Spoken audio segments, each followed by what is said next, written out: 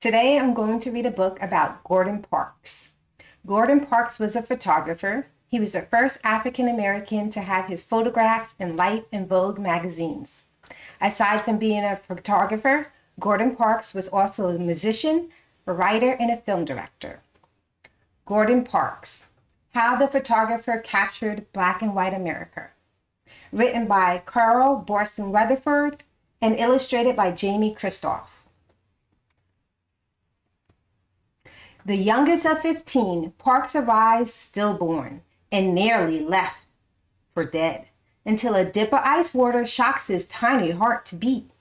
The baby is named for the man who saved his life, Dr. Gordon.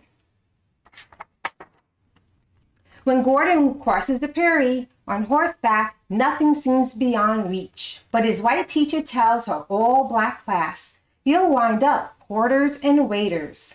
What does she know?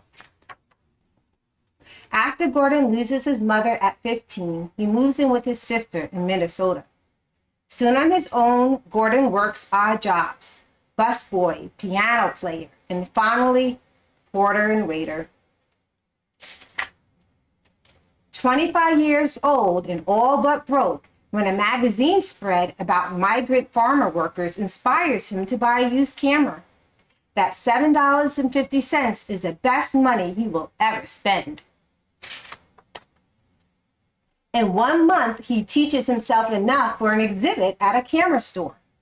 Soon he is shooting fashion and portraits. One model tells him to take his camera to the big city. In Chicago, Gordon's shots of struggling family on the South Side win him a chance to be a government photographer. He leaves the Midwest and turns his camera on Washington. Gordon wonders, what should I shoot? Search for a subject, says his boss. In the nation's capital, he passes the White House and the Supreme Court. In the shadow of the Capitol, he sees Black families living in the alley dwelling. He can see that Blacks have it harder than whites. He passes statues, monuments, and memorials to mighty heroes. But there are enough photos of white men carved in marble and granite. He glimpses white-only signs in shops' windows and learns firsthand that even if there's no sign, it doesn't mean that a Black man will be served. Boiling mad, Parks vows to lay bare racism with his lens. He shares his vision with his boss, who points him toward his subject. Talk to her. She knows struggle. She is Ella Watson, a cleaning lady in the building where Parks works. She supports her grandchildren on just over $1,000 a year. The photographer follows her for weeks, home, church, and to work at 4 in the afternoon. After a long day, she studies the Bible with her family. Gordon takes pictures of her grandchildren too, dressing, eating, reading, playing, not yet knowing that racism that they will surely face. Over his long career, Gordon's photos will run in Vogue and Life magazines. Their first Black photographer. He will write novels, make movies, compose music and poetry, and be called a Renaissance man.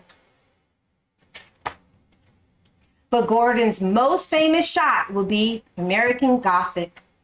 In the newspaper, the photo exposed to the nation the unfairness of segregation. Standing before the flag of freedom, cleaning lady Ella Watson holds the tools of her trade and hopes of her grandchildren. She knows all too well that the opportunities the flag symbolizes are denied her because of her skin. Yet she dares to dream of and strive for better. Through Gordon's lens, her struggle gained a voice. You don't have to hear her story to know her prayer.